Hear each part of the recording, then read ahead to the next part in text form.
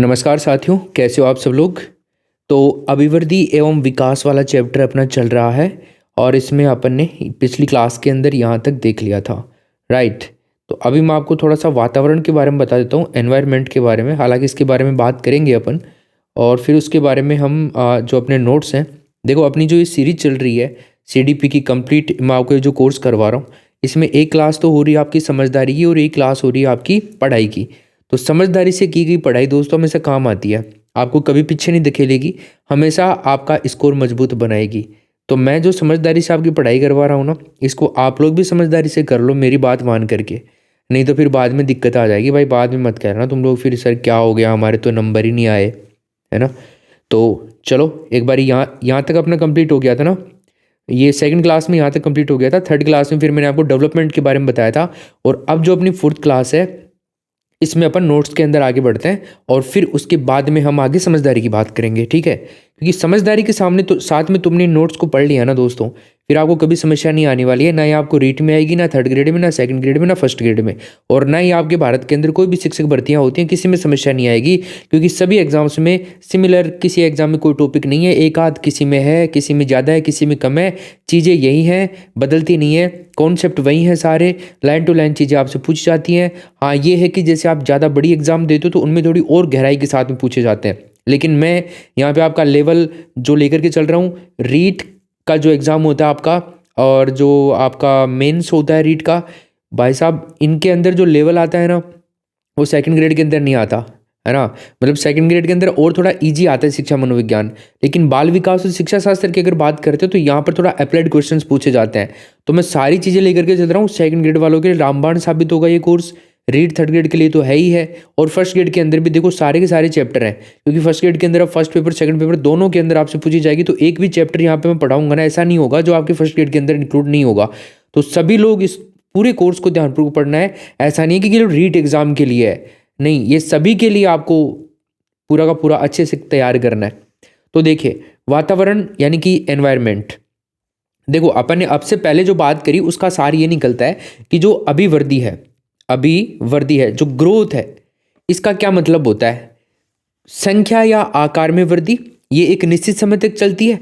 और वहीं अगर विकास की अगर अपन बात करते हैं, डेवलपमेंट की अगर हम बात करते हैं, तो व्यक्ति का सामाजिक विकास होता है, बौद्धिक विकास होता है, जीवन भर चलने वाली प्रक्रिया होती है विकास। अभिवृद्धि और विकास की जो प्रक्रियाएं होती है ना, गर्भधारण के समय से शुरू हो जाती हैं और जन्म के बाद भी चलती रहती हैं। लेकिन विकास में देखो, आप कहोगे सर अभिवृद्धि के बारे में तो आपने कहा था कि किशोरावस्था में खत्म हो जाती है, लेकिन कुछ सिनेरियो में अगर देखा जाए तो अभिवृद्धि भी दोस्तों, मतलब कुछ एस्पेक्ट ऐसे हैं जिनमें हमने बात करी है कि अभिवृद्धि भी थोड़े लंबे टाइम तक चलती है। वृद्धि का मतलब होता है जन्म से किशोरावस्था तक बच्चों का शारीरिक विकास, और वहीं पर अगर अपन बात करें विकास से, तो गर्भधारण से लेकर के जीवन पर्यंत, यानी कि मनुष्य की जब तक मौत नहीं हो जाती है ना तब तक जीवन काल तक मनुष्य का विकास होता रहता है, ठीक है। आगे हम अफेक्ट करने वाले जो फैक्टर्स हैं अभिवृद्धि और विकास को, उनको भी अपन देखेंगे, लेकिन पहले अपन नोट्स के अंदर देख लेते हैं। एक भाई ने पिछली क्लास के अंदर कमेंट किया था, सर डेफिनेशंस भी बताया करो। मेरे भाई जब मैं समझदारी वाली क्लास आपकी लेता हूँ तो उसके अंदर डेफिनेशन भी बताता हूँ, हल्की अब जो डेफिनेशन है आपके एग्जाम में पूछी जाएंगी, तो वो डेफिनेशंस तो मैं आपको यहाँ पे नोट्स में लिख दिए है ना मैंने, अभी पढ़ेंगे अपन। जो भी डेफिनेशन होगी एग्जाम से रिलेवेंट आपके नोट्स में, और ये नोट्स आपने घर पर नहीं मंगवाए हैं ना, शायद आपने किसी ने नहीं मंगवाए हैं, आप में से बहुत सारे लोगों ने तो मंगवा लिए। आपने अगर नहीं मंगवाए हैं तो मान एजुकेशन ऐप से आप ऑर्डर कर दीजिएगा भाई, और वहाँ पे आपके घर के अंदर पहुँच जाएंगे। ओके चलो शुरुआत करते हैं, क्योंकि आप नोट्स को ऐसे सामने लेकर के पढ़ाई करोगे ना तो फिर आपको अलग आनंद आएगा। देखो यहाँ पे हमसे कह रहा है कि एक बालक के विकास पर वंशक्रम से ज़्यादा वातावरण का प्रभाव पड़ता है। देखो जो हमारा वंशानुक्रम होता है ना, उससे ज़्यादा प्रभाव जो बालक का विकास होता है उसके ऊपर वातावरण का पड़ता है, एनवायरनमेंट का पड़ता है, कि हम बच्चे को किस प्रकार का वातावरण प्रोवाइड करवा रहे हैं, है ना। तो बालक का विकास उस हिसाब से ही होगा। भाई वातावरण के अंदर कई सारे पहलू हो सकते हैं, ठीक है। जैसे आप कह सकते हो वातावरण का मतलब कोई हमारा सर्दी या गर्मी या फिर बरसात वाले वातावरण की बात नहीं हो रही है, हालांकि वो चीज़ भी मैटर करती है, लेकिन वातावरण है आप बच्चे को एक घर के अंदर कैसा माहौल दे रहे हो, जो पारिवारिक वातावरण है, सामाजिक वातावरण है, आपका स्कूल के अंदर जो वातावरण है वो किस प्रकार का है। तो इसके बारे में कह रहे हैं कि एक बालक के विकास पर वंशक्रम से ज़्यादा वंशानुक्रम का मतलब समझते ही हो, आपको मैंने बता ही दिया ना कि माता पिता से जो गुण हमें प्राप्त होते हैं वो होता है वंशक्रम आपका। लेकिन अगर वातावरण की बात करते हैं तो इससे भी ज़्यादा, वंशक्रम से भी ज़्यादा प्रभाव बालक के विकास में वातावरण का पड़ता है। और ये बिल्कुल बात 100% मैं इससे एग्री हूँ, बिल्कुल सही है, तो आप इस बात को ध्यान में रखिएगा।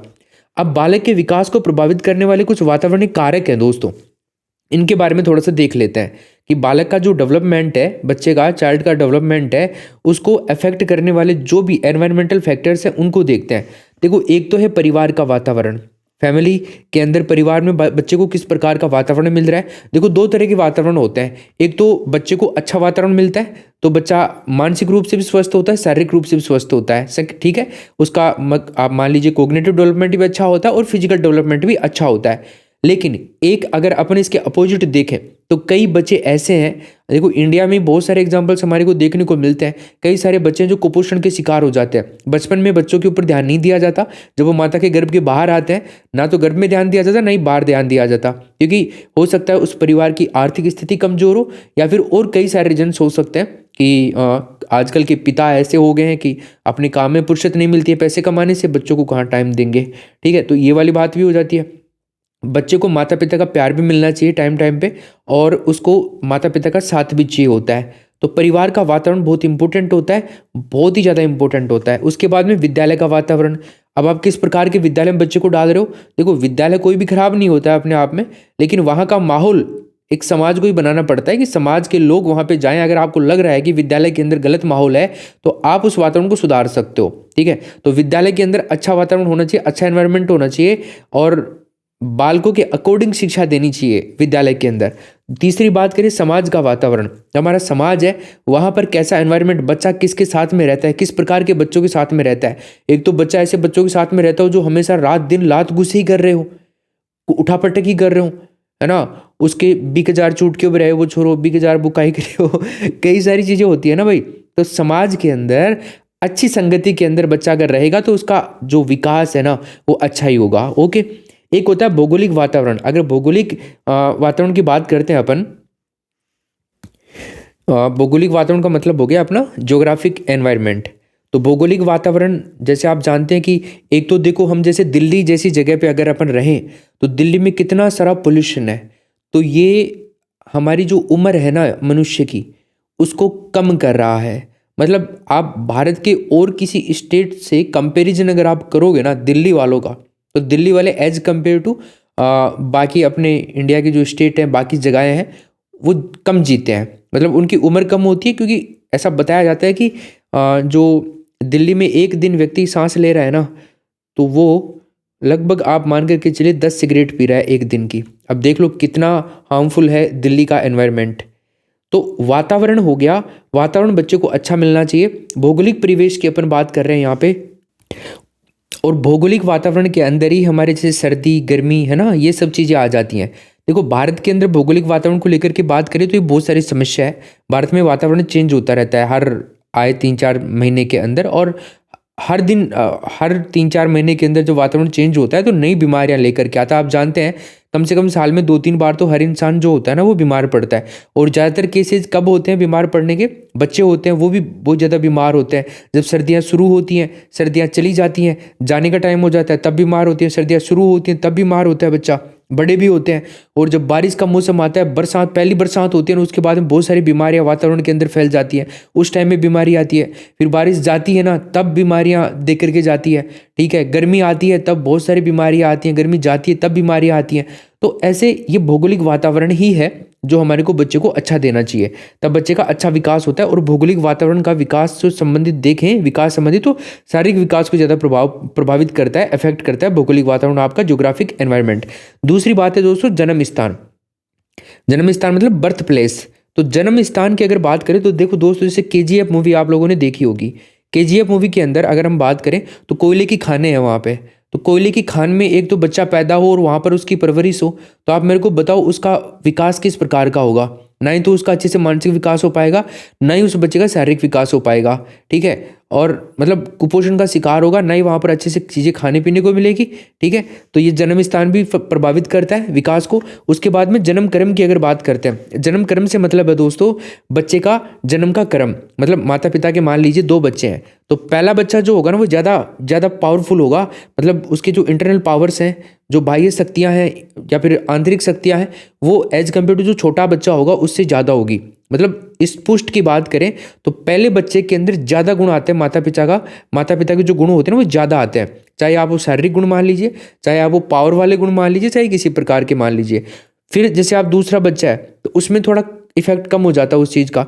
तीसरा बच्चा है तो उसमें और कम हो जाता है। चौथा बच्चा है उसमें और कम हो जाता है। पाँचवें में और कम हो जाता है। हालांकि ये चीज़ें मैटर करती हैं पर इतने ज़्यादा नहीं करती, पर प्रभाव पड़ता है जन्म क्रम का भी विकास के ऊपर, बच्चे के विकास के ऊपर। दूसरी अगर बात करें अपन शिक्षा की, एजुकेशन की, तो एजुकेशन जो है ये भी डेवलपमेंट को अफेक्ट करता है। जो विकास है भाई, आप बच्चे को किस प्रकार की शिक्षा दे रहे हो और शिक्षा कहाँ दे रहे हो, शिक्षा का स्थान क्या है ना। एक तो आप लोग हमेशा बच्चे को एक ऐसी शिक्षा दे रहे हो कि बस बच्चा पढ़ लेगा और बस कुछ छोटी मोटी चीज़ें हैं समाज के बारे में जानने की, दुनिया के बारे में जानने की, वो जान लेगा, पढ़ाई कर लेगा, थोड़ा लिख लेगा और हस्ताक्षर कर लेगा, बस काफ़ी है, हो गया काम। एक तो पढ़ाई इस प्रकार की होती है। दूसरी पढ़ाई होती है शिक्षा। शिक्षा जो है दूसरी वो ये है कि कुछ करने के लिए आप शिक्षित हो रहे हो, समाज में बदलाव लाने के लिए आप शिक्षा ले रहे हो, बच्चे को शिक्षा दे रहे हो, बच्चे को इस काबिल बना रहे हो कि वो कुछ कर सके अपनी ज़िंदगी के अंदर और दूसरों का भी भला कर सके पढ़ाई करके, ऐसा कुछ मुकाम हासिल कर सके जिससे बहुत सारे लोगों के जीवन सफल करे। तो ऐसा आप भी तो कर रहे हो भाई। हो सकता है आपका मकसद दूसरा हो कि आप केवल पैसों के लिए ही नौकरी लग रहे हो, लेकिन आप में से कई सारे ऐसे भी दोस्त हैं जिनके 2 मकसद है। भाई पैसा तो देखो आज की टाइम में बहुत ही इंपॉर्टेंट नीड हो गई है, इसको हम बुला नहीं सकते और ना ही मैं ये कह सकता हूँ कि तुम पैसों के लिए तैयारी मत करो। पैसे ज़रूरी है ज़िंदगी को आजकल सर्वाइव करने के लिए, बहुत ज़्यादा ज़रूरत हो गई है पैसे की। पैसे के बिना मतलब हमारे सारे काम अधूरे से लगने लग गए आजकल तो पैसा तो ज़रूरी होता है। और देखो मेरे भाई, आपको जी जान से तैयारी इसलिए करनी है क्योंकि जब आप जॉब लग जाते हैं ना, एक शिक्षक बन जाते हैं, चाहे आप तृतीय श्रेणी के शिक्षक की क्यों ना बन जाओ। देखो तृतीय श्रेणी और द्वितीय श्रेणी के शिक्षक की जो सैलरी होती है ना, उसमें बहुत ज़्यादा डिफरेंस नहीं होता है दोस्तों, है ना। कई सारे शिक्षक तो प्रमोशन तक नहीं लेते हैं, 3rd ग्रेड में ही रहेंगे हम तो, नहीं जाएंगे 2nd ग्रेड के अंदर, क्योंकि ज़्यादा सैलरी में डिफरेंस नहीं होता। बस वो इतना डिफरेंस होता है कि हाँ 1st ग्रेड 2nd ग्रेड कहलाने वाली बात ही होती है। बाकी 2nd ग्रेड में जाने के बाद में तो और सारी जिम्मेदारियाँ बढ़ जाती हैं। ठीक है, फिर 2nd ग्रेड से 1st ग्रेड के अंदर, फिर 1st ग्रेड में अगर आप डायरेक्ट लागते हो तो वहाँ पे भी आपका, जब आपका सिलेक्शन डायरेक्ट होता है 1st ग्रेड में, तो वहाँ पर आपका जो सैलरी है वो थोड़ी अच्छी मिलती है आपको। बाकी 3rd ग्रेड और 2nd ग्रेड में भी ख़राब सैलरी नहीं मिलती है। कम से कम 40-45 हज़ार रुपये आप लोग उठाते हैं आपका जो प्रोबेशन पीरियड होता है उसके बाद में। तो बताओ कम है क्या। और जैसे जैसे समय बीतता जाएगा वैसे वैसे आपके इंक्रीमेंट्स होते जाएंगे, बढ़ते जाएंगी सैलरी। तो बहुत ही अच्छी अपॉर्चुनिटी है आपके पास में। तीनों ही भर्तियाँ बहुत शानदार होने वाली हैं और काफ़ी अच्छे पद हैं।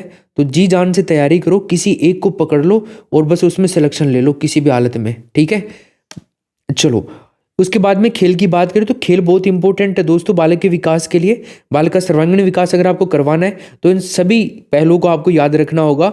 ये सभी पहलू पॉजिटिव डायरेक्शन में होने चाहिए, तभी बालक का जो ऑलराउंड डेवलपमेंट है वो हो पाएगा। राइट, उसके बाद में दोस्तों अगर अपन बात करते हैं अभिवृद्धि एवं विकास की, तो अभिवृद्धि एवं विकास जो है, ग्रोथ एंड डेवलपमेंट, ये हालांकि अपन पढ़ रहे हैं, मैंने आपको समझदारी वाली सारी बात बता दी है अभिवृद्धि और विकास के बारे में। अब अपन नोट्स के अंदर देख लेते हैं, कुछ परिभाषाएं देख लेते हैं, कुछ और चीज़ें देख लेते हैं। ठीक है ना, तो चलो देखो, सबसे पहले अगर अपन बात करते हैं अभिवृद्धि की, तो अभिवृद्धि जो है दोस्तों ये कोशिकाओं जो सेल्स होती है उनमें होने वाली वृद्धि है। ऐसा किसने कहा? फ्रैंक ने कहा। किसने कहा भाई?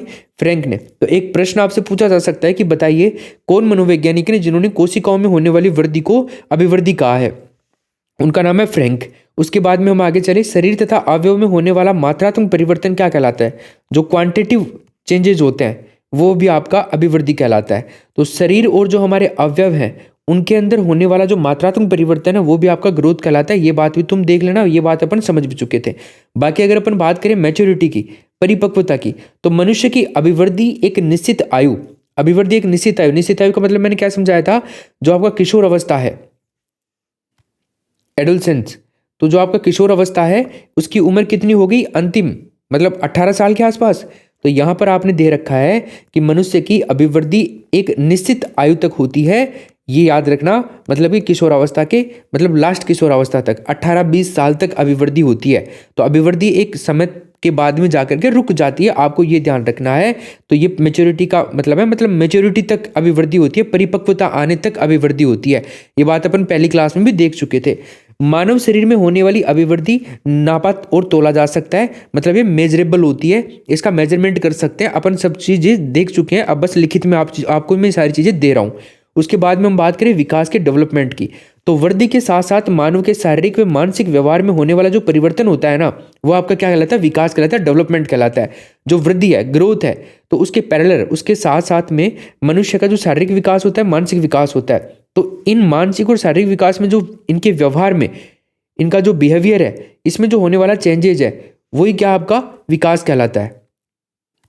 इसको भी अपन बढ़िया ढंग से समझ चुके हैं। हालांकि अभिवृद्धि परिपक्वता प्राप्त करने के बाद में रुक जाती है, ठीक है, मेच्योरिटी के बाद में जो ग्रोथ है वो रुक जाती है, परंतु शरीर व मानसिक व्यवहार में निरंतर परिवर्तन होता रहता है। जो हमारा बॉडी है और जो हमारा मेंटल बिहेवियर है, इनके अंदर निरंतर परिवर्तन होता रहता है, ठीक है ना। जो हमारा शरीर का रिएक्ट करने का जो सीन है ना, वो दोस्तों टाइम टाइम पे चेंज होता रहता है, ठीक है। हम किसी को देख करके, किसी की तरह कॉपी करके हम शरीर के जो रिएक्शंस है उनके अंदर बदलाव ला सकते हैं। हमारा जो मानसिक व्यवहार है वो अलग अलग कंडीशन में, अलग अलग टाइम में, अलग अलग सिचुएशन के अंदर जो हमारा मेंटल बिहेवियर है वो चेंज हो सकता है, और ये चेंज होता रहता है, ठीक है। इसके बाद में अगर हम बात करें, मानव विकास निरंतर एवं जन्मजात चलने वाली प्रक्रिया है। तो लाइफ लॉन्ग चलने वाली प्रोसेस है क्या? जो ह्यूमन डेवलपमेंट है वो। देखो भाई, जो भी इंग्लिश मीडियम के स्टूडेंट हैं और नोट्स मंगवा रहे हैं, मैं यहाँ पे, आप अगर मेरी क्लास लेते हैं ना, तो आपको नोट्स समझने में कभी समस्या नहीं आएगी, चाहे आप कितने इंग्लिश मीडियम के स्टूडेंट हो, क्योंकि मैं सारी चीज़ें आपको यहाँ पर इंग्लिश में बताता चल रहा हूँ। अगर आपको कहीं किसी शब्द में कन्फ्यूजन आए, मैंने उसका हिंदी का इंग्लिश नहीं लिख रखा है, तो आप लोगों के लिए यहाँ पे नोट्स के अंदर अच्छी खासी जगह दे रखी है। कहीं पर भी आप अभिवृद्धि के नीचे ग्रोथ लिख दो, आपको समझ में नहीं आ रहा है कि अभिवृद्धि क्या होती है, परिवर्तन समझ में नहीं आ रहा है, चेंजेस लिख दो, आप कहीं पर भी कुछ भी लिख दो, बढ़िया आपके लिए स्पेस दिया है नोट्स में। और आप ऑर्डर जरूर कर देना। आपने अगर ये 3 क्लासेज ले ली है तो कम से कम अब तो ऑर्डर करो, ये मंगवाओ यार, ढंग से समझ में आएगी आपको सारी चीज़ें। बार बार बोलने की जरूरत पड़ रही है मेरे को, बताओ आप लोग। तो एक तरफ अभिवृद्धि है, एक तरफ विकास है, एक तरफ ग्रोथ है, एक तरफ डेवलपमेंट है। एक तरफ तो है क्या दोस्तों? ग्रोथ, और एक तरफ क्या है? डेवलपमेंट है। ओके, तो डेवलपमेंट और ग्रोथ के अंदर डिफरेंस देखते हैं अपन। तो अभिवृद्धि जो है, यानी कि जो ग्रोथ है, इसकी अगर अपन बात करें तो ये तो है आपका मात्रात्मक, मतलब अभिवृद्धि क्या होती है? मात्रात्मक होती है। ओके, और जो विकास होता है ये आपका मात्रात्मक तो होता ही होता है, ये गुणात्मक भी होता है, ठीक है। मतलब क्वालिटेटिव भी होता है और आपका क्वांटिटिव भी होता है, और अभिवृद्धि आपका क्वांटिटिव होती है ओनली, ठीक है ना। उसके बाद में ये चीज़ें मैं समझा चुका हूँ सब चीज़ें। अब बस यहाँ पर देखो आप, ये निर्धारित समय तक जाकर के रुक जाती है अभिवृद्धि। ये प्रश्न पूछे जाते हैं ऐसे कैसे एग्जाम के अंदर आते हैं तुम्हारे। निर्धारित समय का मतलब बोले तो मेच्योरिटी तक, मतलब परिपक्वता तक रुक जाती है, और लगभग अपन ने अभी बात करी थी 18 से 20 साल तक का समय होता है। ये जो विकास होता है, डेवलपमेंट होता है, ये कंटिन्यूसली चलती रहती है, जीवन पर्यंत चलती रहती है, लाइफ लॉन्ग चलती रहती है, तो लगातार विकास चलता रहता है। शारीरिक परिवर्तनों की अगर अपन बात करें, जैसे फिजिकल चेंजेज है, तो फिजिकल चेंजेज का मतलब है अभिवृद्धि। अभिवृद्धि की मतलब अभिवृद्धि के अंदर ही हमारे को शारीरिक परिवर्तन दिखेंगे, ठीक है। अब यहाँ पे देखें तो सभी प्रकार के परिवर्तन आते हैं विकास के अंदर। अब विकास के अंदर कौन कौन से शारीरिक परिवर्तन भी दिखते हैं, मानसिक भी दिखते हैं, सामाजिक भी, और मूल्यांकन का विषय है ये, ठीक है ना। और जो अभिवृद्धि है ये मापन का विषय है, मतलब मेजरेबल है। मैंने आपको बता दिया था अभिवृद्धि क्या है, मेजरेबल है, और विकास जो है आपका मूल्यांकन का विषय है। मूल्यांकन, एवोल्यूशन, ठीक है, ओके। और मापन का विषय क्या है आपका? अभिवृद्धि है, सब्जेक्ट ऑफ मेजरमेंट। तो इसका मेजरमेंट किया जा सकता है, कैसे किया जा सकता है देख चुके हैं अपन सब। वातावरण पर निर्भर करती है अभिवृद्धि, और जो विकास है आपका वातावरण और जीवन दोनों के ऊपर निर्भर करता है। बस ये सारे फर्क है, इन सबको आप लोग ध्यान रखिएगा। अभिवृद्धि और विकास का डायग्राम आपको अच्छे से पता लग गया है। अब आप लोग क्या करेंगे, अभिवृद्धि और विकास के इस डायग्राम का क्या करोगे आप लोग? एक काम करो, स्क्रीनशॉट ले लो इसका, और इसको आप अपने व्हाट्सएप स्टेटस पे लगा देना सब लोग, ठीक है। ये लोगो आना चाहिए, देख लेना। मेरे को अगर कोई ऐसा मिल गया जिसने लोगो नहीं लगा रखा होगा, है ना, तो फिर देख लेना तुम लोग। तो अभिवृद्धि और विकास का स्क्रीनशॉट ले लो, इसका, और इसको आप लगाओगे स्टेटस पे। मैं ना भी देखूं तो तुम लोग मेरे को उसका अपने स्टेटस का स्क्रीनशॉट लेके व्हाट्सअप करोगे। फिर देखते हैं, इसके बाद में हम चलते हैं आगे। तो अब हम लोग देखेंगे दोस्तों क्या, विकास के सामान्य सिद्धांत, जनरल थियरीज ऑफ एवोल्यूशन। देखिए, इसके अंदर अपन बहुत सारे इंपॉर्टेंट सिद्धांत देखेंगे, और ऐसा हो ही नहीं सकता आपके एग्जाम में सिद्धांतों से संबंधित प्रश्न ही ना आए, ऐसा कभी हुआ ही नहीं है। तो आप लोगों को इन सबको सिद्धांत जो हैं इनको ध्यानपूर्वक याद करना है, एक एक चीज़ को समझना है। बस आप लोग थोड़ा ध्यान देना, जो मैं समझाऊंगा ना उन चीज़ों के ऊपर आपको फोकस करना है, क्योंकि एग्जामिनर ने अगर बहुत घुमा करके भी क्वेश्चन दिया तो आप लोगों का गलत नहीं होगा किसी भी हालत में। प्रिंसिपल ऑफ यूनिफॉर्मिटी, सबसे पहले अपन ये वाला देखते हैं, समान प्रतिमान का सिद्धांत, है ना। चलो, आपने एक बात जरूर देखी होगी, इस दुनिया में कोई भी जीव है, चलो अपन मान लेते हैं कोई जानवर की बात करते हैं, लोयन की बात करते हैं, तो ये अपनी जाति के पैटर्न को फॉलो करता है। मान लीजिए किसी इंसान का कोई बच्चा है, वो दुनिया के अंदर किसी की इंसान का बच्चा हो, किसी भी देश के अंदर कोई भी हो, वो एक सिमिलर पैटर्न को फॉलो करता है। जो बच्चा होता है वो लगभग उतनी उसी प्रकार का पैदा होने की उतने ही समय में उसकी जो ग्रोथ है, उस तरह से सारी दुनिया में वैसा ही होता है। उसी प्रकार से बढ़ता है, उसी प्रकार से 2 हाथ 2 पैर 1 नाक 2 कान 2 आँखें, है ना, ये सब होता है। उसी प्रकार से उसके विकास की प्रक्रिया चलती रहती है, जैसे पूरी दुनिया भर के अंदर चलती रहती है, मनुष्य जाति के अंदर, है ना भाई। ऐसे ही जानवर के अंदर चलती रहती है। तो यहाँ पे क्या किया, मनुष्य ने अपने विकास के एक सिमिलर पैटर्न को फॉलो किया, ऐसे ही जानवरों ने भी अपने विकास के एक सिमिलर पैटर्न को फॉलो किया, है ना। जैसे सभी मनुष्यों का विकास हो रहा है, वैसे ही बाकी लोगों का भी विकास होता है यहाँ पे, है ना। अगर मैं जानवर की बात करूँ, पशु पक्षियों की मैं यहाँ पे बात करूँ, पेड़ पौधों की मैं बात करूँ, तो ये भी अपनी एक जाति के सिमिलर पैटर्न को फॉलो करते हैं, ठीक है। मान लीजिए शेर का बच्चा है, इंडिया के अंदर अगर शेर का बच्चा जिस प्रकार से आगे जाके बढ़ रहा है, टाइम के अकॉर्डिंग बड़ा शेर बन जाएगा। पूरी दुनिया भर के अंदर शेर इसी प्रकार से पैदा होंगे, बड़े होंगे, और इसी प्रकार से उनका शेप और साइज सब चीज़ सिमिलर देखने को मिलता है। तो विकास क्या काम करता है दोस्तों, इसके अंदर एक सिमिलर पैटर्न को फॉलो करता है प्रत्येक जो अपनी जीव जंतु जो पूरी दुनिया के अंदर है। तो इसीलिए आप ध्यान रखिएगा कि समान प्रतिमान का सिद्धांत की बात करता है, प्रिंसिपल ऑफ यूनिफॉर्मिटी की बात करते हैं। अब इसको अपन थोड़ा सा ट्विस्ट करते हैं, यहाँ तक तो आप लोग समझ गए, है ना, कि हर कोई एक प्रकार से अपना विकास कर रहा है, वो सिमिलर रहता है पूरी दुनिया के अंदर, अपनी प्रजाति को फॉलो करता है वो, ठीक है, चाहे जीव जंतु चाहे मनुष्य हो। अच्छा, मैं आपसे एक क्वेश्चन पूछूं, क्या मनुष्य जाति सभी का विकास एक ही प्रकार से हो रहा है? सिमिलर पैटर्न को तो फॉलो करे, इसमें तो कोई दिक्कत नहीं है।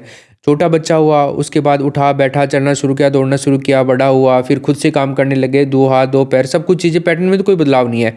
लेकिन क्या सभी एक ही प्रकार से विकास कर रहे हैं? क्या सभी का शारीरिक विकास एक ही प्रकार से हो रहा है? क्या सभी का मानसिक विकास एक ही प्रकार से हो रहा है? क्या सभी का सामाजिक विकास और संवेगात्मक विकास एक ही प्रकार से हो रहा है? नहीं हो रहा ना, ऐसा नहीं होता है। सिमिलर पैटर्न तो फॉलो कर रहे हैं अपनी जाति का, उसमें तो कोई दिक्कत नहीं है।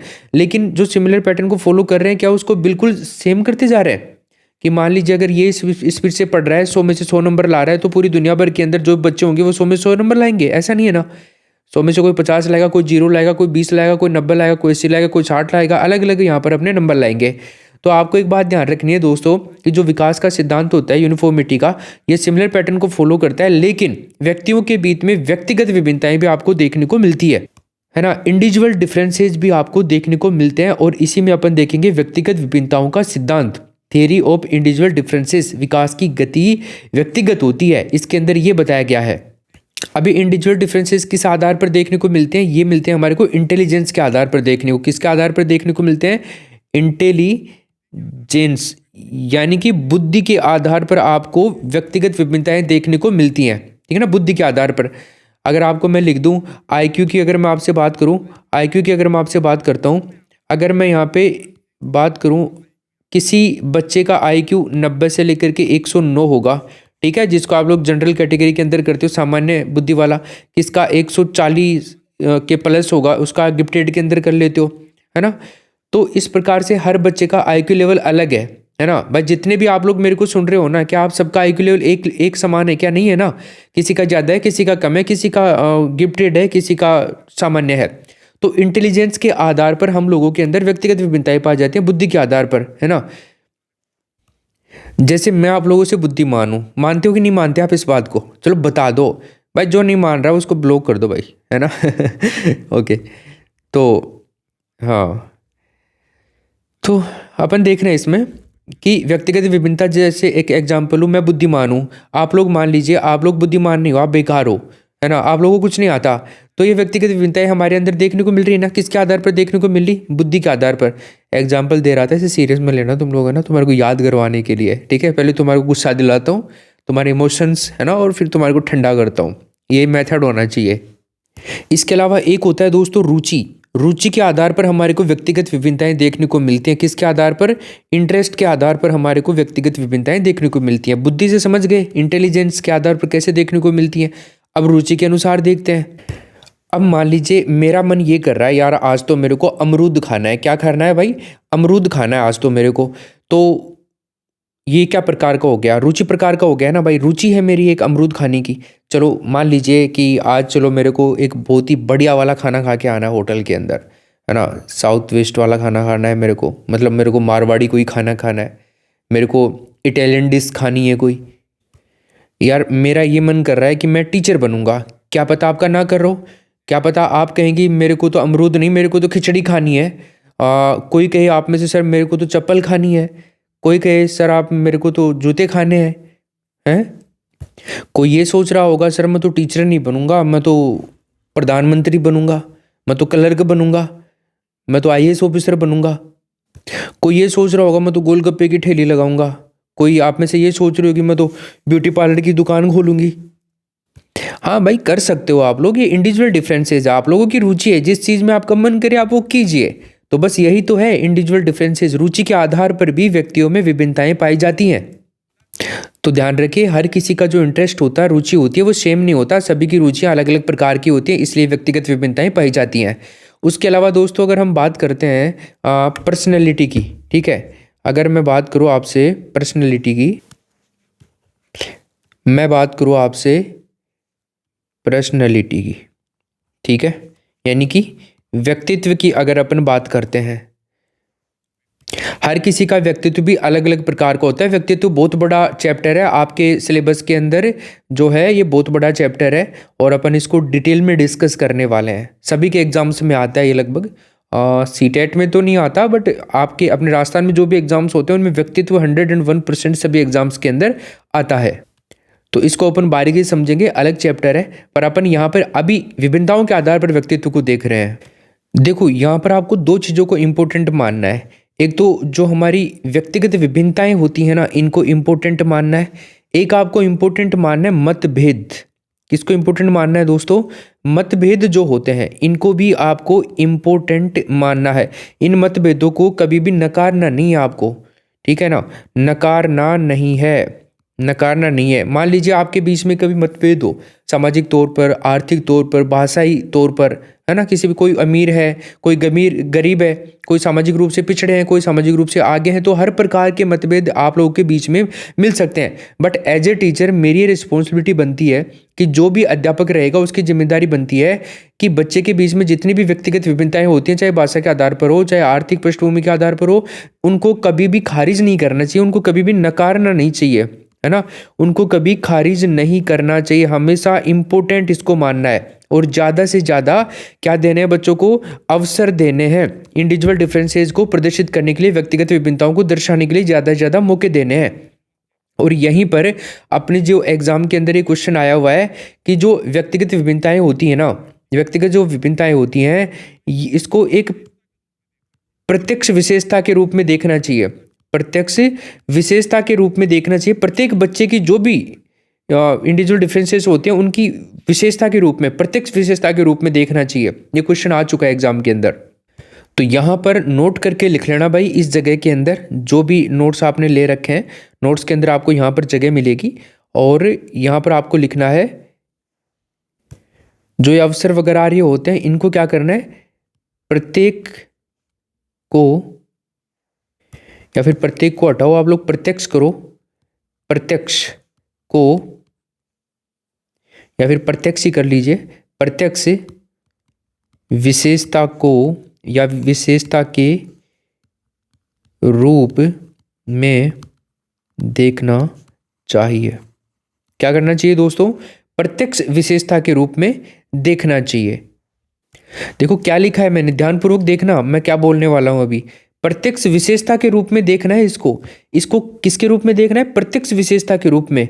इसको कभी भी समस्या के रूप में नहीं देखना है, ये बात ध्यान रखनी है तुम्हारे को। इस तरह से क्वेश्चन आया हुआ है, तो इन चीज़ों को प्रत्यक्ष विशेषता के रूप में देखना है, ना कि समस्या के रूप में। तो जो भी बच्चे के बीच में व्यक्तिगत विभिन्नताएं पाई जाती हैं उनको समस्या के रूप में नहीं देखना है, प्रत्यक्ष विशेषता के रूप में देखना है आपको, ठीक है। तुम्हारे एग्जाम में क्वेश्चन आया हुआ है और भी आ सकता है ये वाला प्रश्न, तो तुम इस चीज़ को ध्यान रखिएगा, ठीक है। तो अपन ने पर्सनैलिटी की बात कर ली। अपन एक कर सकते हैं, वैल्यूज़ के आधार पर भी बच्चे के अंदर डिफरेंसेस पाए जाते हैं, इंडिविजुअल डिफरेंसेस, जो मूल्य हैं, मूल्यों के आधार पर भी, है ना, पाए जाते हैं इंडिविजुअल डिफरेंसेस। जैसे अगर मैं बात करूं, कुछ लोग आप में से बड़े लोगों का आदर सत्कार करते हो, कुछ लोग नहीं करते हो, कुछ लोग किसी का सम्मान करते हो, किसी का नहीं करते। और अगर कुछ की मैं बात करूं, कुछ लोगों के अंदर नैतिकता पाई जाती है, क्या सही है क्या गलत है, ये डिसीजन लेने की क्षमता पाई जाती है, कुछ लोगों के अंदर नहीं पाई जाती है, ठीक है। तो ये वैल्यूज के आधार पर भी व्यक्तिगत विभिन्नताएं पाई जाती हैं, है ना। तो ये सब चीज़ें किसी के अंदर होती हैं, किसी के अंदर नहीं भी होती हैं, है ना। तो ये भी जो भी सारे फैक्टर हैं, तो इन सभी के आधार पर लोगों के बीच में व्यक्तिगत विभिन्नताएं पाई जाती हैं। और एक पॉइंट मैंने आपको बताया कि एज ए टीचर को हमेशा क्या करना चाहिए, हमेशा इसको क्या मानना चाहिए, महत्वपूर्ण मानना चाहिए। और आपकी जिम्मेदारी बनती है कि व्यक्तिगत विभिन्नताओं को कभी भी आपको समस्या के रूप में नहीं देखना है ना। किसके रूप में देखना है, हमेशा आपको प्रत्यक्ष विशेषता के रूप में देखना है, ओके। संसाधन के रूप में देखना है, एक रिसोर्स के रूप में देखना है, प्रत्यक्ष विशेषता के रूप में देखना है। कई बार होता है ना, जैसे कहते हैं कि वो पड़ोस का जो अंकल है, गुप्ता जी हैं, उनका बच्चा तो नौकरी के लग गया, तू क्यों नहीं लगा। तो आप वहाँ पे कह सकते हो कि देखो पापा जी, सभी व्यक्ति समान नहीं होते, इंडिविजुअल डिफरेंसेस पाए जाते हैं। तो ऐसा जरूरी नहीं है कि वो जब लगे तभी मैं लगूँ, मैं मेहनत कर रहा हूँ मैं भी लग जाऊँगा, मेरे अंदर कुछ अलग विशेषताएं हैं तो मेरा दिमाग उस हिसाब से काम करता है, ठीक है। लेकिन आप ऐसा सवाल मत पूछ देना कि देखो गुप्ता जी जो हैं उनका बेटा तो चलो बन गया, लेकिन गुप्ता जी तो आईएएस ऑफिसर हैं, आप क्यों नहीं बने। कभी कभी ऐसा सवाल पूछोगे तो फिर तुम्हारे पता है ना क्या पड़ेगा, तुम सब जानते हो क्या पड़ेगा। तो ऐसा सवाल नहीं करना, अपने तक ही रहने देना इस बात को, नहीं तो जो झापट लगने लगवा लिया आपको। तो इस प्रकार से व्यक्तिगत विभिन्नताएं सभी लोगों के बीच में पाई जाती हैं। तो पेरेंट्स के बीच में पाई जाती हैं, बच्चों के बीच में पाई जाती हैं, ये सभी के ऊपर लागू होता है, ठीक है भाई, ओके। अब यहाँ पे आ जाओ, वापस से अपन स्टार्टिंग से शुरू करते हैं। ये सब चीज़ें मैंने समझा दी आपको। दूसरा सिद्धांत अपना कंप्लीट हो गया। पहला सिद्धांत जो है सतत विकास का सिद्धांत। सतत विकास का जो सिद्धांत था ये हरलोक ने दिया था, और समान प्रतिमान का जो सिद्धांत था यूनिफॉर्मिटी का, ये भी हरलोक ने दिया था। सतत विकास के सिद्धांत में मतलब इन्होंने कहा था कि कंटिन्यूसली जो विकास है ना वो कंटिन्यूसली होता है, विकास धीरे धीरे होता है, ठीक है ना भाई। विकास ऐसा तो है नहीं कि एक ही साथ हो गया हमारा, समय के साथ में होता है ना, जीवन पर्यंत विकास होता रहता है। अगर एक साथ होता तो हमारे अंदर पैदा होते ही हो जाता, और हम पैदा होते ही 6 फुट के बन जाते, ऐसा हो जाता है क्या, नहीं होता है ना। तो हर लोग ने यही बात कही है कि विकास जो होता है ना वो धीरे धीरे होता है, सतत है, ये कंटिन्यूसली चलता रहता है, ठीक है। दूसरा अपन ने देखा यहाँ पे समान प्रतिरूप का सिद्धांत, प्रतिमान का सिद्धांत। तो यूनिफॉर्मिटी का जो सिद्धांत है ये भी हर लोग ने दिया था।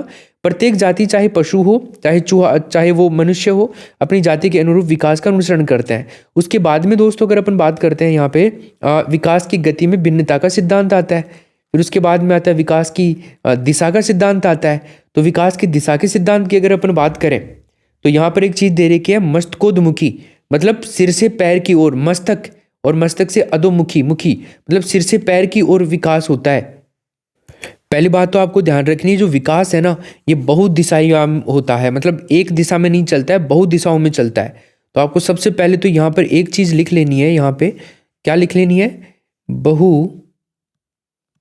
बहु दिशा। जो जगह मैंने छोड़ी है ना नोट्स में, एक बार आप लोग लिख लीजिएगा सब लोग। अब बहुत दिशा, या फिर आप लोग मल्टी डायमेंशनल भी आप इसको कह सकते हो, या मल्टी डायरेक्शन आप कह सकते हो, क्योंकि विकास जो होता है कभी भी एक दिशा में नहीं चलता है, तो मल्टी डायरेक्शनल आप इसको कह सकते हो। विकास की जो दिशा होती है ना एक दिशा में नहीं चलेगा, आप ध्यान रखिएगा इस बात को, विकास अलग अलग दिशाओं में चलेगा। इसके बारे में मैं आपको थोड़ा सा समझा भी सकता हूँ।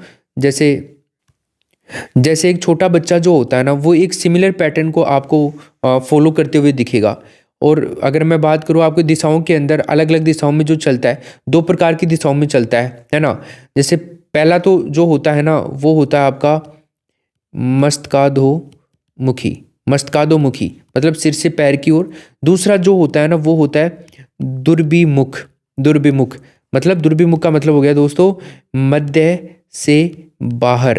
तो इस तरह से दो दिशाओं में चलता है, ये बात ध्यान रखनी है आपको। कौन कौन सा? मस्तकाधोमुखी और आपका कौन सा? दुर्भिमुख। ठीक है, देखो जब विकास सर से पैर की ओर चलता है ना तो ये आपका क्या कहलाता है? आपका सिफेलो क्लोडो। और उसके बाद में तो जो छोटा बच्चा होता है ना उसका विकास जब सर से हो जाए, इससे भाई सर का निर्माण सबसे पहले हो गया। ठीक है, सर का विकास होता है तो सर का विकास उसका ज़्यादा बड़ा देखने को मिलेगा आपको। बच्चे का जो है ना पूरी बॉडी के अंदर सर आपको देखने को बड़ा मिलेगा। और वैसे भी अपनी जो क्रिया करता है ना बच्चा सर के माध्यम से ही करता है, इसलिए कहा गया है कि मस्तकोद्मुखी है। ठीक है, फिर धीरे धीरे करके बच्चा जो होता है वो अपना फोकस करता है, अपनी सर के बाद अपनी गर्दन को बैलेंस बनाना शुरू करता है ना। छोटे बच्चे की जो गर्दन होती है ना वो अब इधर उधर चली जाएगी बच्चे की, है ना, इधर उधर मुड़ जाएगी, कोई कंट्रोल नहीं होता है। लेकिन जब धीरे धीरे समय बीतता है ना, समय निकलता जाता है, तब बच्चा जो है वो अपनी गर्दन को बैलेंस करना सीख जाता है धीरे धीरे। आप जानते हो ही ना, आप छोटे बच्चे को जो आप लेते हो तो गर्दन को अपन सहारा देते हैं, है ना, लेटाते हैं तब भी सहारा देते हैं क्योंकि उसकी गर्दन में चोट ना आ जाए, क्योंकि वो उसको बैलेंस नहीं कर पाता है। ठीक है, सर का विकास फिर होने के बाद में गर्दन तक पहुंचता है, फिर बाद में हाथों तक पहुंच रहा है विकास, फिर बाद में आपको पैरों तक पहुंच रहा है। इस तरह से आपका विकास होता है। ओके, तो ये जो विकास है आपका सर से पैर की ओर का जो विकास है आपका मस्तकोद्मुखी का विकास कहलाता है। ठीक है ना, तो आपका हेड टू टो इसको कहेंगे हम लोग। ठीक है ना, उसके बाद में अपन बात करें दुर्भिमुखी का। दुर्भिमुखी जो विकास है ये विकास आपका सेंटर से शुरू होता है। जो हमारा पीछे का जो है सेंटर होता है ना इंसान का, जो पीछे का जो रीढ़ के डिगी टाइप का पीछे वाला है ना। एग्जेक्टिव साइंटिफिक टर्म तो है यार, कौन सा है वो याद नहीं आ रहा मेरे को, क्या नाम था है ना, याद नहीं आ रहा है मेरे को वो। चलो छोड़ो उसको, देख लीजिएगा। पर अपना जो पीछे का जो सेंटर होता है ना बैक वाला, तो वहाँ से बाहर की ओर का सिद्धांत है ना, मतलब सेंटर टू एक्सट्रीमिटीज। तो मध्य से बाहर का जो होता है ना, तो जो हमारा मध्य का एरिया होता है ना बच्चे का, यहाँ से विकास शुरू होता है बच्चे का। छोटा बच्चा जो होता है ना, मान लीजिए सीधा लेटा हुआ है, एकदम करवट बदल के उठता है, उल्टा लेटा हुआ तो अपने आप सीधा भी हो जाएगा और करवट लेना भी सीख जाता है ना। तो सेंटर का जो हिस्सा है ना बच्चे का, बैकबोन जो है, इसका बच्चे का जो विकास हुआ, और इसके विकास होने के बाद में फिर ये विकास बाहरी रूप से चला गया, ऊपर कर चला गया, पैरों हाथों तक चला गया, पैरों तक चला गया, इधर उधर ऐसे, है ना। तो इस तरह से ये प्रोक्सी मोनिस्टल कहा जाता है ये वाला विकास आपका, है ना। तो इससे संबंधित कई सारे एग्जाम के अंदर प्रैक्टिकली क्वेश्चन पूछे जाते हैं। कैसे पूछे जाते हैं कि जैसे मान लीजिए जो आपका दुर्भिमुखी है ना, प्रोक्सी मोडिस्टल है, तो इसमें पूछे जाएगा कि बताइए पहले बच्चे का विकास किस तरह से होगा, मतलब पहले हाथ का विकास होगा या फिर पेट का विकास होगा, है ना, इस तरह से दे सकता है। तो आप क्या बताओगे, क्योंकि दुर्भिमुख के अंदर तो मध्य से बाहर की ओर होता है ना, तो हाथों का विकास तो बाद में होगा। ये बात आपको ध्यान रखनी है, और ये बात आपको यहाँ पर भी ध्यान रखनी है, मस्तकोन्मुखी के अंदर भी आपको ध्यान में रखनी है इस चीज़ को। तो जो विकास है ना अपना, ये आपका मान लीजिए ये एक बच्चा है, ओके, और इस बच्चे का जो विकास है ये यहाँ से शुरू होता है, सेंटर से शुरू होता है। सेंटर शुरू होने के बाद में हाथों तक जाता है, इधर जाता है, पैरों तक आता है। तो ये क्या हो गया आपका भाई, ये आपका दुर्भिमुख हो गया। तो इस चीज़ को आपको ध्यान में रखना है भाई। अगर सीक्वेंस में बात करें, यहाँ से विकास हुआ, धीरे धीरे यहाँ तक विकास हुआ, फिर शोल्डर का विकास हुआ, फिर थोड़ा सा आगे का विकास हुआ, आगे का हुआ, फिर उंगलियों का हुआ, अंगूठे का हुआ, इस तरह से ये विकास होता है। ठीक है ना, धीरे धीरे करके लास्ट में जा करके हमारी उंगलियां जो हैं इनका विकास हुआ। तो ये तो आपका प्रोक्सीमोडिस्टल हो गया। ऊपर की ओर अगर अपन चलें तो रीट वगैरह के एग्जाम में कई बार क्वेश्चन आ चुके हैं, तो ऊपर की ओर अपन चल रहे हैं, तो पहले गर्दन को बैलेंस बनाना शुरू करेगा, फिर उसके बाद में बाकी जो हिस्से होते हैं हाथ वगैरह, पैर वगैरह, है ना। अगर मैं होठ पर पहुंच जाऊं तो जो बच्चे के दूध के दांत आते हैं, है ना, उसके बाद उसके स्थायी दांत आते हैं, पक्के दांत आते हैं। आपने देखा होगा कि बच्चे के सबसे पहले आगे के 2 ही दांत निकले होते हैं, फिर विकास जो होता है ना वो पीछे की तरफ बढ़ते हैं, है ना, पहले इधर पास पास में पीछे की ओर। तो ये तो क्या हो जाएगा आपका प्रोक्सीमोडिटल हो जाएगा, मतलब दुर्भिमुख हो जाएगा, है ना। ये बात ध्यान रखना, बहुत ही इंपॉर्टेंट क्वेश्चन बन सकता है यहाँ से। तो इस प्रकार नीचे की ओर जाएगा तो इस तरह से विकास हो जाएगा, फिर पैरों का, फिर पंजों का, इस तरह से। तो ये हो जाता है आपका प्रोक्सीमोडिटल। तो इन दोनों को याद रखना, मस्तकोद्मुखी और आपका दुर्विमुखी। ठीक है, अगला जो सिद्धांत है दोस्तों अपना, उसके बाद में जो अपना सिद्धांत है ये देख लीजिए, विकास की गति में भिन्नता का सिद्धांत हो गया। जो विकास की गति होती है ना, उसमें भी भिन्नता पाई जाती है, अलग अलग मनुष्यों में अलग अलग बच्चों में अलग अलग पाई जाती है, ना कि समान रूप से पाई जाती है। तो सिर का विकास ये सबसे पहले होता है, 0 से 2 वर्ष में विकास सबसे तेज होता है, फिर बाल्यावस्था के अंदर आकर के रुक जाता है, फिर किशोरावस्था में और तेज गति से बच्चे का विकास होता है। तो इस तरह से विकास की गति में भी भिन्नता पाई जाती है, अलग अलग समय पे अलग अलग अवस्थाओं के अंदर। उसके बाद में दोस्तों हमारा व्यक्तिगत विभिन्नताओं का हो गया, विकास की दिशा का सिद्धांत हो गया। विकास के बारे में अगर बात करें सिद्धांत की, निकट से दूर या केंद्र से दूर का सिद्धांत, ठीक है ना, नियर टू फेयर प्रिंसिपल। तो पेट की हड्डियों का विकास सबसे पहले होता है, इस सिद्धांत के अकॉर्डिंग निकट से दूर का सिद्धांत जो है ना, वही बात आ गई ना, अभी अपन ने देखा था। तो जैसे पेट की हड्डियों का विकास हो गया, फिर उसके बाद में दूर का विकास, पैरों का हो गया, यहाँ पर शोल्डर का हुआ, फिर कोनी का हुआ, फिर हाथों का हुआ, पंजों का हुआ, उंगलियां आई वगैरह, है ना, ये ऐसे सब चीज़ें आई। तो ऐसे इन जैसे जैसे यहाँ से पास में जो चीज़ें आती जाएंगी उनका विकास होता जाएगा, ऊपर जाते इनका विकास होता जाएगा, यहाँ पे लास्ट में होगा पैरों की उंगलियों का विकास, इस सिद्धांत के अकॉर्डिंग, है ना। धड़ व पैर की हड्डियों का विकास बाद में होता है, राइट। तो ये निकट से दूर का सिद्धांत हो गया। उसके बाद में भेदात्मक विकास का सिद्धांत आता है, थियरी ऑफ डिफरेंशियल, जो आपका एवोल्यूशन है, इसके बारे में बात करते हैं। तो इसके अकॉर्डिंग क्या होता है, लड़का व लड़की के विकास की अवस्था अलग अलग होती है। इसमें बताया गया है कि जो मेल और फीमेल होते हैं ना, इनका जो विकास है, इनकी अवस्था अलग होती है, ठीक है। जैसे मान लीजिए लड़की जो होती है ना, इसका थोड़ा जो विकास है ना वो जल्दी होता है एज कम्पेयर टू बॉय के, क्योंकि 2 साल और 2.5-3 साल का फर्क होता है। इससे पहले लड़कियों का काफ़ी सारा विकास पहले हो जाता है, ठीक है। तो ये वाली चीज़ यहाँ पर काम करती है, भेदात्मक विकास का सिद्धांत आपको ध्यान रखना है। उसके बाद में आता है दोस्तों एकीकरण का सिद्धांत, द प्रिंसिपल ऑफ आपका इंटीग्रेशन।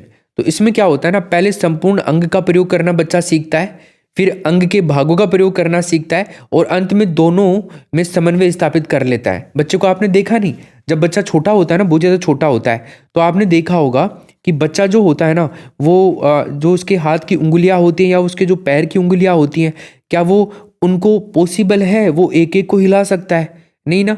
कई महीनों तक दोस्तों ऐसा नहीं कर पाता है बच्चा, अपनी मुट्ठी को बंद करके रखता है हमेशा, है ना, खोलता भी नहीं है, खुला अपन खुलाना चाहे ना तो भी नहीं खोलता है, बच्चे की मुट्ठी हमेशा बंद ही रहती है।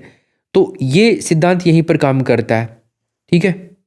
तो शुरुआत में जो बच्चा छोटा होता है ना, तब अपने पूरे शरीर को ही वो इधर उधर करता है, ठीक है। जब वो बच्चा देखेगा ना, तब भी ऐसे मान लीजिए ये बच्चा है, ओके, और ये इसकी 2 आँखें हैं, ये इसके होंठ हैं, ये इसके कान है, ये इसके 2 हाथ हैं, और ये इसके पंजे हैं, ठीक है। बच्चा बन गया, ओके। आप तो नहीं बन गए हो कहीं यहाँ पे, ठीक है ना। चलो देखिए, तो जो बच्चा है ना यहाँ पे, जब बच्चे को आप कुछ कहोगे तो वो पूरी, मान लीजिए यहाँ बैठे हो आप लोग, है ना, और आप कुछ अचानक से आवाज़ निकालोगे ना, तो बच्चा आपकी तरफ देखेगा भयंकर वाले तरीके से, ठीक है, पूरा इधर हो जाएगा। मतलब ऐसे नहीं है कि वो नाड़, अब उसकी जो गर्दन होती है उसी को आपकी तरफ घुमाएगा, नहीं, पूरा उसके हाथ वाथ सब इधर आके गिरेंगे, अचानक से ऐसा होता है।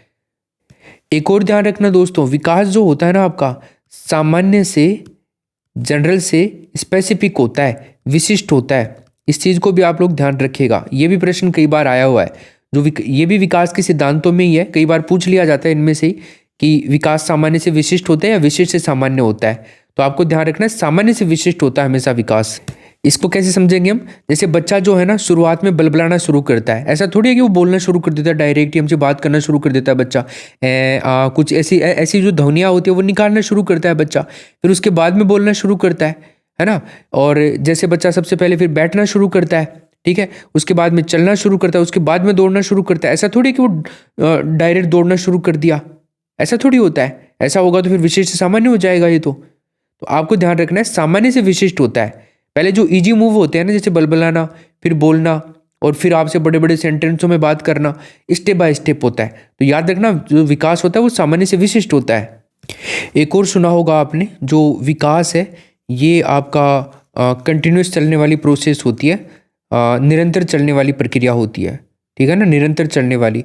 इसके ऊपर तो काफ़ी सारे जो मनोवैज्ञानिक हैं उनके अंदर डिबेट हुई थी भाई। कुछ लोग तो मानते थे कि कंटिन्यूस डेवलपमेंट जो है वो आपका कंटिन्यूसली होता है, और कुछ मानते थे कि डिसकंटिन्यूसली होता है ये।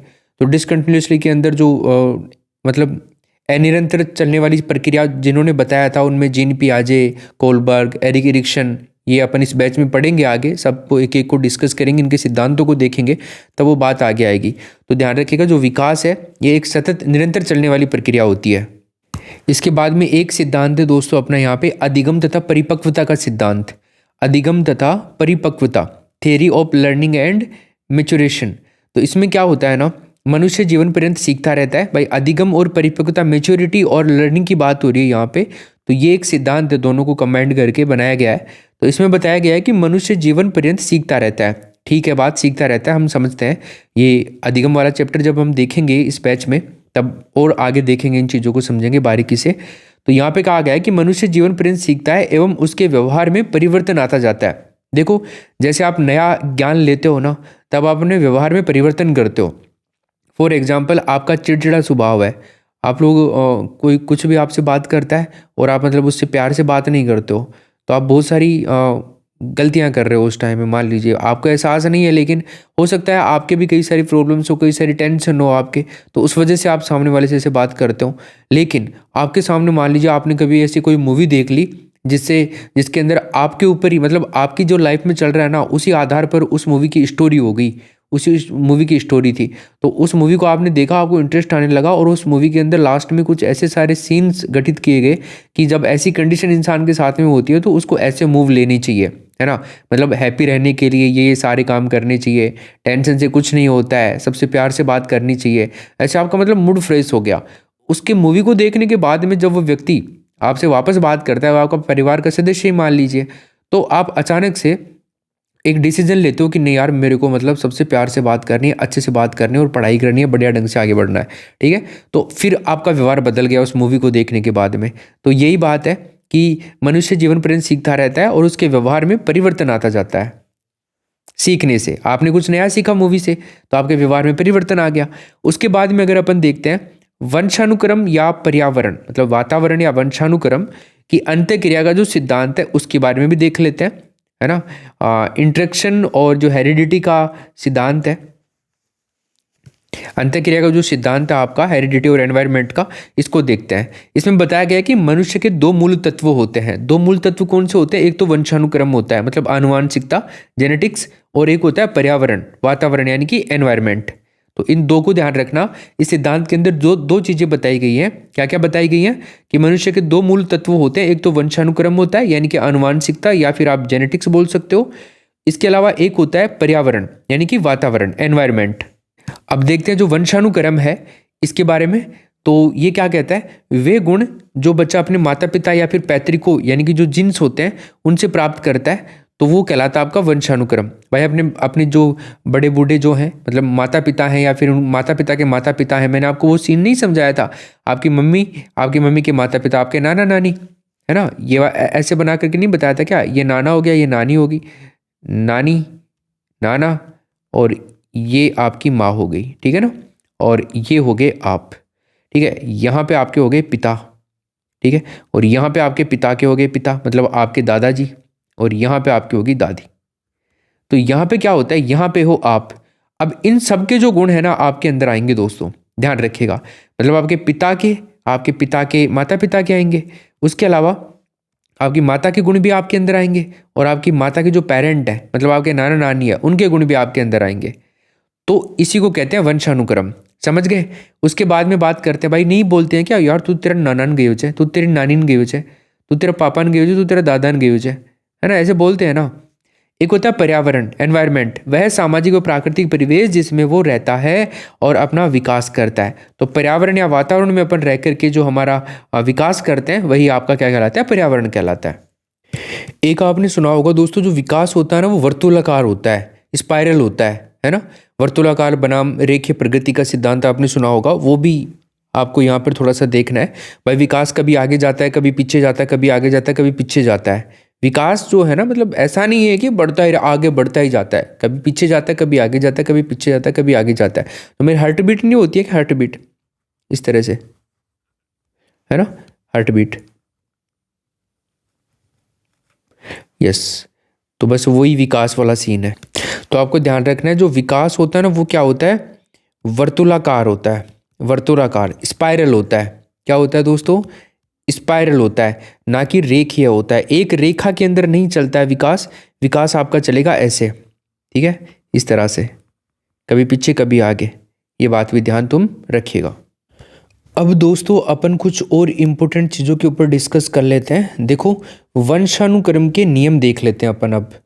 तो वंशानुक्रम के जो नियम है दोस्तों, ये अपन देखेंगे थोड़ा सा। पहला जो नियम है वो है बीजकोष की निरंतरता का नियम। ये किसने दिया था नियम, बस इतना याद कर लो और कोई समस्या नहीं है। प्रतिपादक है इसका बीजमैन। तो बीजकोष की निरंतरता का नियम बीजमैन ने दिया, ठीक है। Law of continuity of seed pod, तो ये नियम किसने दिया, बीज से बीज याद कर लेना, याद हो जाएगा। समानता का नियम, इसका प्रतिपादक है सोरेनसन। लॉ ऑफ सिमिलरिटी, बाकी इनको आगे चैप्टर जो आएंगे आगे उनमें डिस्कस करेंगे इनको, पर आप यहाँ पर केवल याद करो इनको कि कौन सा नियम किसने दिया था। प्रत्यागमन का नियम किसने दिया था, सोरेनसन और मेंडल दोनों ने दिया था। विपरीत गुणों का पाया जाना इन्होंने बताया था इसके अंदर। विभिन्नता का नियम है लॉ ऑफ वेरिएशन, तो इसका प्रतिपादक है डार्विन, तो याद रखिएगा।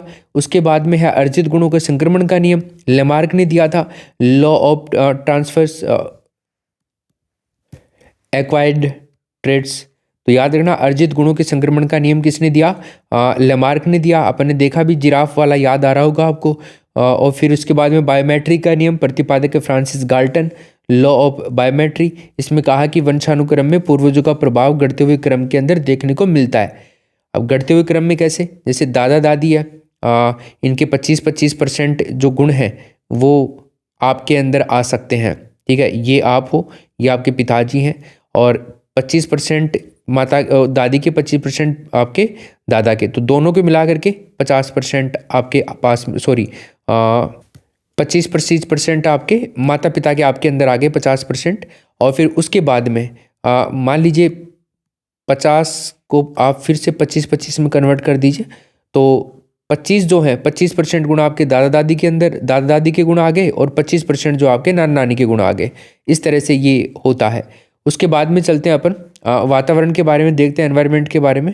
तो वातावरण वह बाह्य शक्ति है जो हमें प्रभावित करती है, ऐसा किसने कहा था, J.S. रोस ने कहा था। आप मुझे चाहे जो बालक दे दो, आप जो कहोगे मैं उसको वो बना दूंगा, ऐसा वाटसन ने कहा था। वाटसन की बुक है व्यवहारवाद के नाम से, बिहेवियर के नाम से, उसी बुक के अंदर ऐसा कहा था इन्होंने। उसके बाद में वंशानुक्रम में वातावरण एक दूसरे के पूरक होते हैं, जहाँ वंशानुक्रम से मतलब आत्मा का बीज बताया है, और वातावरण मतलब शरीर में वृद्धि, ठीक है। तो क्या याद रखोगे, वंशानुक्रम और वातावरण क्या होते हैं, एक दूसरे के पूरक होते हैं दोस्तों। उसके बाद में अगर लिंग की बात करें अपन, तो लिंग भेद का शारीरिक और मानसिक विकास पर प्रभाव पड़ता है, ठीक है। ऐसा भी कहा गया है, लिंग भेद का मतलब हो गया फीमेल और मेल का जो होता है वो शारीरिक विकास और मानसिक विकास के ऊपर प्रभाव पड़ता है, ऐसा भी बताया गया है। उसके बाद में कुछ अन्य कारक हैं, उनकी बात करते हैं, जैसे आहार है, न्यूट्रिशन है, रोग है, डिजीज है, पारिवारिक कारण है, फैमिली रीजन्स है, मनोवैज्ञानिक कारण है, साइकोलॉजिकल रीजन्स है, इंटेलिजेंस है। ये सब चीज़ें इफेक्ट करती हैं बालक के विकास को, ठीक है ना। तो ये कुछ अन्य कारक हैं जो कि आपके वातावरण से जुड़े हुए हैं। ओके, तो वातावरण वाला कॉन्सेप्ट अपन ने देख लिया, और अपन ने यहाँ पे ये सारे नियम वगैरह जो हैं ये भी अपन ने देख लिए हैं। वातावरण के नियम हो गए, वातावरण को प्रभावित करने वाले ये सारे कारक हो गए, ये लिंग हो गया कारक, वातावरण से संबंधित जो हैं सारे के सारे कारक। अब दोस्तों अपन देखते हैं विकास की जो अवस्थाएं हैं, डेवलपमेंट की जो स्टेज है उनको देखते हैं। तो एक बालक का विकास विभिन्न अवस्थाओं से होकर गुजरता है। अब विभिन्न अवस्थाएं कौन कौन सी होती हैं, जैसे एक तो गर्भावस्था होती है आपकी, ठीक है, मतलब जब पेट में बच्चा होता है ना, उस समय लगभग 9 महीने का जो समय होता है, तो एक तो ये अवस्था होती है। उसके बाद में देखो, इस अवस्था के अंदर जो बच्चा न्यूट्रिशन लेता है, खाना पीना लेता है, श्वास लेता है, वो सभी माता के ऊपर डिपेंड करता है, ठीक है। जो माता खाएगी, माता पिएगी, वही बच्चा खाएगा पिएगा। शैशवावस्था होती है फिर जब बच्चा बाहर आता है 9 महीने के आसपास के टाइम पीरियड में, तो शैशवावस्था में प्रवेश करता है, और ये समय चलता है 0 से लेकर के 5 या 6 साल तक का। फिर उसके बाद में आती है बाल्यावस्था। बाल्यावस्था आपकी 7 से लेकर के 12 साल तक चलती है लगभग, और फिर किशोर अवस्था होती है आपकी 13 या 12 से लेकर के 18 साल तक इसका समय माना जाता है। तो ये बालक के विकास की अवस्थाएं हैं। हम इन विकास को अलग अलग अवस्थाओं में अलग अलग तरीके से पढ़ने वाले हैं।